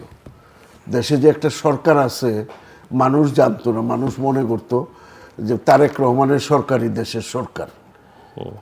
তখনই তারা নিজেদের মানে অবস্থান জানান দেওয়ার জন্য এই এই এই ক্রিকেট ইস্যুটারে বের করে আনলো এবং পরবর্তী বলল যে আমরা এটা জানি না। এই যে পায়ে পাড়া দিয়ে ঝগড়া করার কূটনীতি, এটা তো আমাদের দেশকে অমর্যাদাপূর্ণ একটা জায়গায় দিয়ে যাবে। পারভেজ সাহেব ঠিক বলছে যে ভারতের সাথে আমার বহু বিষয় অমীমাংস, কারণ we are in the border, ভারতের সাথে আবার 4000 মাইল বর্ডার, তার সাথে অমীমাংসিত বহু বিষয় থাকবে, এগুলি যুগ যুগ ধরে সলভ হবে আলোচনার মধ্য দিয়ে, যুদ্ধ করে তো হবে না। তো এখন এই যে তৌহিদ সাহেবরা দেখলাম, এরা ইউনুস সবাই সেই বললো যে এখানে সেভেন সিস্টার আমার নিয়ে নেবে ভারত, দেখেন ওইটার একটা খুব কঠিন প্রতিক্রিয়া দিছে, দিতেই পারে, তার সার্বভৌমত্বের প্রশ্ন। তা আমরা যেমনিভাবে চাইব যে আমাদের সার্বভৌমত্বে কেউ হস্তক্ষেপ না করুক, তেমনিভাবে অন্যেরাও তো চাইবে যে আমরা যেমন তাদের সার্বভৌমত্বে হস্তক্ষেপ না করি। ঠিক সেভাবেই আমার মনে হয় যে আমাদের বিএনপির জন্য সামনের দিনগুলি অত্যন্ত চ্যালেঞ্জিং, এবং সবচেয়ে বড় চ্যালেঞ্জ হচ্ছে to repair relationship with our নাইবার্স। হ্যাঁ, এটা কোনো অবস্থাতেই এটাকে ওই পুরানো রেট্রোটিক দিয়ে এটাকে করা যাবে না। বাস্তব অবস্থার ভিত্তিতে, বাস্তব মূল্যায়নের ভিত্তিতে এটা করতে হবে, এবং ভারতের নেতৃবৃন্দকেও বাংলাদেশের যে পরিবর্তিত যে রাজনৈতিক পরিস্থিতিতে তাদের যে অবস্থান, তাদেরকেও কিন্তু সঠিক জায়গায় আসতে হবে। আসলেই এখানে একটা সুন্দর বাংলাদেশ গড়বে, এখানে একটা মৌলবাদ বিরোধী বাংলাদেশ হবে। আর না হলে কিন্তু ভারত যদি ভুল করে, আমরা যদি ভুল করি, তাহলে এটার সুযোগ নেবে পাকিস্তান, এটার সুযোগ নেবে মৌলবাদী শক্তি, এবং বাংলাদেশে মৌলবাদী শক্তি আর কোনোদিন জাগরিত না হোক, এটা মানুষের প্রত্যাশা। এবার জাতীয় সংসদ নির্বাচনে মানুষ তার সেই প্রত্যাশার কথা ব্যালটের মধ্য দিয়ে জানিয়ে দিছে, এবং এটার সঠিক প্রতিফলন আগামী দিনের রাজনীতি, অর্থনীতি, রাষ্ট্রনীতিতে জনগণ দেখবে। পারভেজ, আমাদের হাতে আর 10 মিনিট সময় আছে, 10 মিনিটের মধ্যে আমাদের শেষ করতে হবে আলোচনাটা। সো আমি একটা বিষয় আলোচনা করতে চাই যে বিভিন্ন সময় বিভিন্ন ফোরামে আমরা কথা বলেছি যে বিশেষ করে যারা ফরেন পলিসি নিয়ে কাজ করেন তারা বলেন যে বাংলাদেশিরা আসলে কোনো ফরেন পলিসি নেই। কনস্টিটিউশনে একটা কথা সেই 72-তে লেখা হয়েছে যে friendship to all, malice to none. Interim বেসিসে আছে, ওখানেই আমরা আছি, ওখান থেকে আসলে বেরোতে পারছি না। এবং 2026-এ আসলে এখনকার যে বৈশ্বিক বাস্তবতা, আসলে ওই নীতি ধরে বাংলাদেশ বা বাংলাদেশের মতো দেশ আসলে চলতে পারবে কি না? বিনয়ের সাথে বলতে চাই যে 1971-72 সালে, যে 72 সাল থেকে যে এখানে পররাষ্ট্রনীতি করা হচ্ছে, তো নন অ্যালাইনমেন্ট, থার্ড ওয়ার্ল্ড এখানে মুভমেন্ট ইত্যাদি ইত্যাদি, সেই সময় বাস্তবতা ভিন্ন ছিল। এখন 2026 সালে যে নতুন যে স্নায়ুযুদ্ধ হচ্ছে, যেখানে যুক্তরাষ্ট্রের প্রধান প্রতিপক্ষ, স্ট্র্যাটেজিক অ্যাডভার্সারি, ওদের ন্যাশনাল স্ট্র্যাটেজিক ডকুমেন্টে 2025-2026-এ একই জিনিস বলছে চীন এবং কিছু অংশে চীন এবং কিছু অংশে রাশিয়া। তো এইরকম একটা পরিস্থিতি যখন যুক্তরাষ্ট্র আর চীনের মধ্যে এখানে হচ্ছে যে দুই মহারথীর মধ্যে লড়াই হচ্ছে, এবং দুজনে যতটা না নিজেদের বিবেচনা, তার চেয়ে বেশি বোধহয় ইউরোপের বিবেচনা, ইউরোপকে একটু খুশি করার জন্য রাশিয়াকে যুক্তরাষ্ট্র বলে না। আসলে রাশিয়ার ব্যাপারে যুক্তরাষ্ট্র অতটা চিন্তিত না, কিন্তু এটা ওদের পশ্চিমা মিত্রদেরকে, এখানে ইউরোপের বন্ধুদেরকে একটু খুশি রাখার জন্য এটা রাশিয়াকে একটু লিপ সার্ভিস দেওয়া হয় আর কি। তো এই সময় যেখানে যে চীন যেখানে হচ্ছে এত বড় একটা প্রতিপক্ষ এবং যুক্তরাষ্ট্রের সাথে এখানে আমাদের বিসমিল্লাতে এসে আমেরিকান অ্যাম্বাসেডার 2টা না 3টা বক্তব্য দিলেন যে চীনের প্রভাব এবং এখানে হচ্ছে থিঙ্ক টুয়াইস অ্যাক্ট, যে আপনি যদি চীনের থেকে সমরাস্ত্র এখানে নিয়ে আসা হয় এটাও কিন্তু সামনে আসবে, যে আপনার তাহলে কিন্তু এখানে হচ্ছে আমেরিকার একটা স্যাংশনস আসার সম্ভাবনা আছে, এটাই থিঙ্ক টুয়াইস অ্যাক্ট। এবং ব্রেন্ট ক্রিশ্চিয়ানসেন যে আমেরিকান অ্যাম্বাসেডার, কারেন্ট অ্যাম্বাসেডার, ওনার সিনেট কনফার্মেশন হিয়ারিংয়ে কিন্তু থিঙ্ক টুয়াইস অ্যাক্টের প্রণেতাও ছিলেন সেই সিনেটর, এবং উনি কিন্তু জিজ্ঞেস করেছেন চীনের যে এত সমরাস্ত্র কেনার যে প্রবণতা বাংলাদেশে এটাকে কিভাবে কমানো যেতে পারে। দেখুন উনি কিন্তু ওনার কাজই করছেন। 1 2 আমাদের পররাষ্ট্রনীতি 2 নম্বর এখানে সমস্যা হচ্ছে যুক্তরাষ্ট্র হচ্ছে আমাদের সবচেয়ে বড় রপ্তানির বাজার, চীন হচ্ছে আমাদের সবচেয়ে বড় আমদানির বাজার। এর মধ্যে ইন্টার গভর্নমেন্ট দিয়েছে গলার মধ্যে ফাঁস। কেন হচ্ছে আপনি দেখুন হচ্ছে এত আনইকুয়াল ট্রিটি, আমি বলছি যুক্তরাষ্ট্রের করতে যুক্তরাষ্ট্রের অ্যাডভান্টেজ হবে, এবং এটা আমাদের এখানে ইউএস ট্রেড রিপ্রেজেন্টেটিভ অফিসে আমরা কিন্তু আমাদের দেশ থেকে জানতে পারি নাই, এখানে নন ডিসক্লোজার এগ্রিমেন্ট দিয়ে সব বন্ধ করে দিয়েছে। 32 পাতার যে এগ্রিমেন্ট আছে ওখানে 158 বার 158 টাইমস এখানে লেখা আছে বাংলাদেশ শ্যাল, মাত্র 8 কি 9 বার বলা হচ্ছে যে ইউএসএ শ্যাল। এর মধ্যে আরও ভালো সুখবর হচ্ছে নিউক্লিয়ার আমাদের যে প্ল্যানটা করা হয়েছে, যাতে 13 থেকে 14 বিলিয়ন ডলার অলরেডি ডুবে গেছে আমাদের রাশিয়ার কাছে, কিন্তু আমরা আন্তর্জাতিক কোর্টেও কিন্তু আমরা হচ্ছে যে দায়বদ্ধ, যেখানে এই টাকাটা ডেট সার্ভিসিং করার জন্য ওখানে আমরা এটাও সাইন করে দিয়েছি যে খুব ন্যারো এক্সেপশন ছাড়া নিউক্লিয়ার রডও আমরা কিনবো। তখন হচ্ছে যুক্তরাষ্ট্রের এখানে আমার অনুমতি লাগবে, কারণ যুক্তরাষ্ট্রের প্রতিপক্ষ যারা হতে পারে চীন বা সেই অর্থে রাশিয়া, সেখান থেকে কিন্তু নিউক্লিয়ার রড বা এনরিচ প্লুটোনিয়াম কিনে যাবে না। তো আমার যে এত বড় যে পাওয়ার জেনারেশনে যে ইনভেস্টমেন্ট হলো, এই যে সাদা হাতি ওটা কি হবে, এটা কিন্তু আমার নাই। এই যে 6700 প্রোডাক্ট আমি আরও বেড়েছে, 6700 প্রোডাক্টের উপর আমি শুল্কমুক্ত সুযোগ দিব, আর 2500 বাংলাদেশি প্রোডাক্টের উপর সুবিধা আমাদের মেইনলি রেডিমেড গার্মেন্টসের উপরে। তা আমরা কিভাবে আমরা জিরো ট্যারিফ পাবো, যদি আমি যুক্তরাষ্ট্র থেকে আমার কটন নিয়ে আসি, তাহলে ওটা কটন দিয়ে দিলে তাহলে আমাদের কিছু অংশে আমাদের হচ্ছে ট্যারিফ অ্যাক্সেস দেবে। কত দিয়েছে আমাদেরকে? 20% থেকে 19%। এর মধ্যে আমরা কি কমিট করেছি?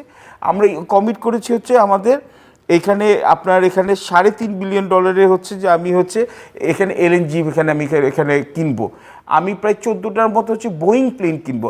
আমার এখানে হচ্ছে যে টাকা দিয়েও আমার এখানে আন্তর্জাতিক আমাদের দেনাদারদেরকে আমাদের টাকা দেওয়ার তহবিল নেই, এখানে আইএমএফ থেকে লোন নিচ্ছি, আমি আরও বোয়িং প্লেনের জন্য কমিট করে ফেলেছি। দেখুন মধ্যপ্রাচ্যের এখানে তেলে এখানে ভাসমান যে দেশগুলো আছে, যেমন হচ্ছে সৌদি আরবিয়া, কাতার, ইউই বা জাপান বা সাউথ কোরিয়ার মতো ধনী দেশরা অনেক কিছু কমিট করতে পারে, যেখানে যুক্তরাষ্ট্রের এবারে ডেলিভারও করতে পারে। আমরা এটা ডেলিভার করব কি করে? যুক্তরাষ্ট্রের তো প্রেশার আছে এবং যুক্তরাষ্ট্র তার ফুটপ্রিন্ট বাড়াবে। তার সাথে সাথে দ্বিতীয় যে সমস্যা হচ্ছে চীন এবং ভারতের মধ্যে কিন্তু একটা রিজিনাল কম্পিটিশন আছে। এবং 3 নম্বর হচ্ছে যে আবার হচ্ছে যে এখানে উদীয়মান হচ্ছে যে ভারত এবং পাকিস্তান একা না, পাকিস্তান, টার্কি, কাতার অ্যাক্সেস, এটার কিন্তু একটা কম্পিটিশন। কিন্তু টার্কি কিন্তু আফ্রিকাতে ভারতের সাথে কম্পিট করছে, টার্কি কিন্তু ইন্দোনেশিয়া, মালয়েশিয়াতে কিন্তু হচ্ছে ভারতের সাথে এখানে কম্পিট করছে। এখন কিন্তু টার্কি তার সফট পাওয়ারের জন্য এখানে টার্কি আবার চাইছে যে বাংলাদেশ, মালয়েশিয়া, পাকিস্তান মিলে ওদের একটা অ্যাক্সেস করার জন্য এখানে এক ধরনের এটা করুক। তো সুতরাং এতগুলো প্রলোভনের মধ্যে আপনি যখন এখানে বা এতগুলো চাপের মধ্যে পড়বেন, তো আমাদের তো এখানে হচ্ছে যে আপনাকে you have to be very careful. আপনি কিন্তু friendship to all malice to none হবে, তো আমাদের ইকোনমিক ডিপ্লোমেসি আগে আসতে হবে এবং তার সাথে সাথে আমাদের অবভিয়াসলি মিলিটারি ডিপ্লোমেসি আসতে হবে।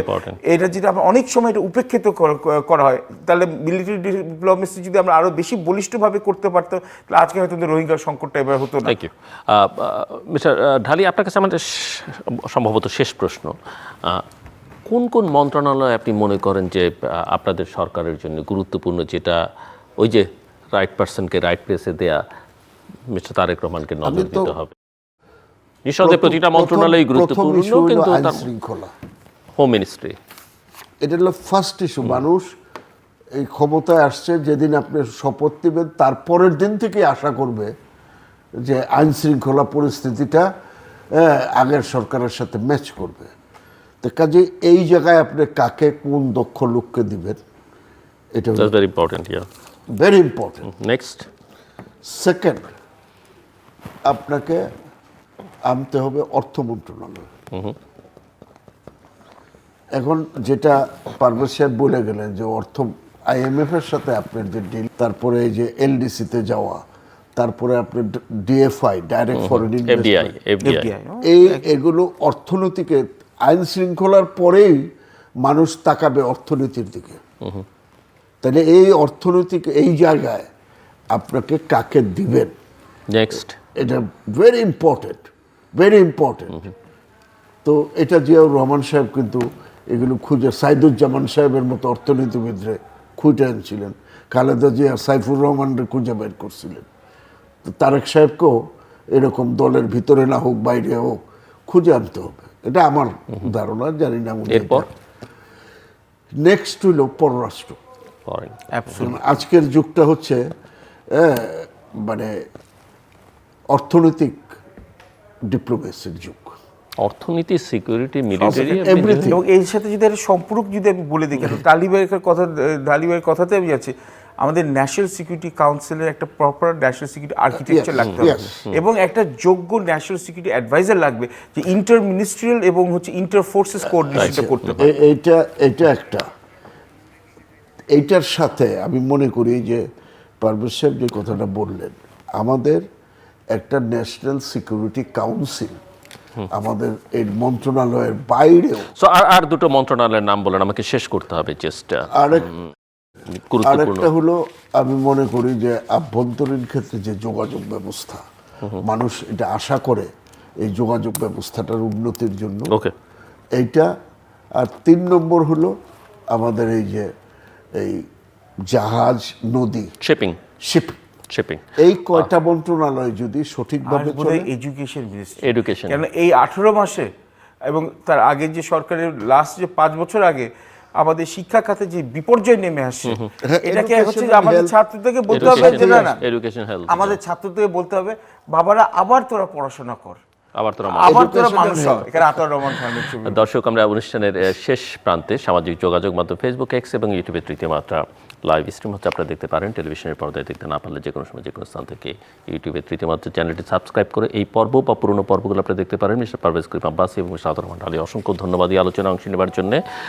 দর্শক, এক ধরনের ফলাফল আমরা বেসরকারি নানা সূত্র থেকে এবং আঞ্চলিক নির্বাচন কমিশনের যে অফিসগুলো সেখান থেকে পাচ্ছি, এবং সেগুলো বিভিন্ন টেলিভিশনের পর্দায় আপনারা নানান ফিগার দেখতে পাচ্ছেন, কিন্তু আনুষ্ঠানিক ফলাফল যেটা সেটাও আমরা দেখতে পাচ্ছি, এবং সেই ফলাফল খুব বেশি আসনের এখন পর্যন্ত ঘোষণা, কিন্তু যে কটি হয়েছে তার মধ্যে বাংলাদেশ জাতীয়তাবাদী দল এবং তার মিত্ররা অনেকখানি এগিয়ে, এবং বলা যেতে পারে একক দল হিসেবে বিএনপি আসলে অনেক এগিয়ে আছে, এবং ধারণা করা যায় যে ফলাফল শেষ পর্যন্ত এটিই দাঁড়াবে। এবং আমরা চাইব যে ফলাফল ঘোষণার পরে ইতিমধ্যেই আমরা জামাতের যে প্রতিক্রিয়া দেখেছি, রাত 11টায় জামাতের আমিরের যে প্রতিক্রিয়া, তাতে পরিস্থিতিটা তারা হয়তো ফলাফলটা মেনে নিচ্ছেন, মেনে নেওয়ার ছাড়াও হয়তো কোনো গত্যন্তর নেই, কিন্তু নানা রকমের উস্কানি দেবার লোকেরও অভাব নেই, সেটাও আমরা জানি দেশের ভেতর থেকে বাইরে থেকে। এই উস্কানি থেকেও পা দেবেন না, সেটা বিজয়ী এবং বিজিত দলের সকল নেতাকর্মী সমর্থকদের জন্য পরামর্শ থাকবে। আমরা চাই এটা শান্তিপূর্ণভাবে ক্ষমতার হস্তান্তর হোক এবং বাংলাদেশের রাজনীতিতে, অর্থনীতিতে বিশেষ করে স্থিতিশীলতাটা ফিরে আসুক।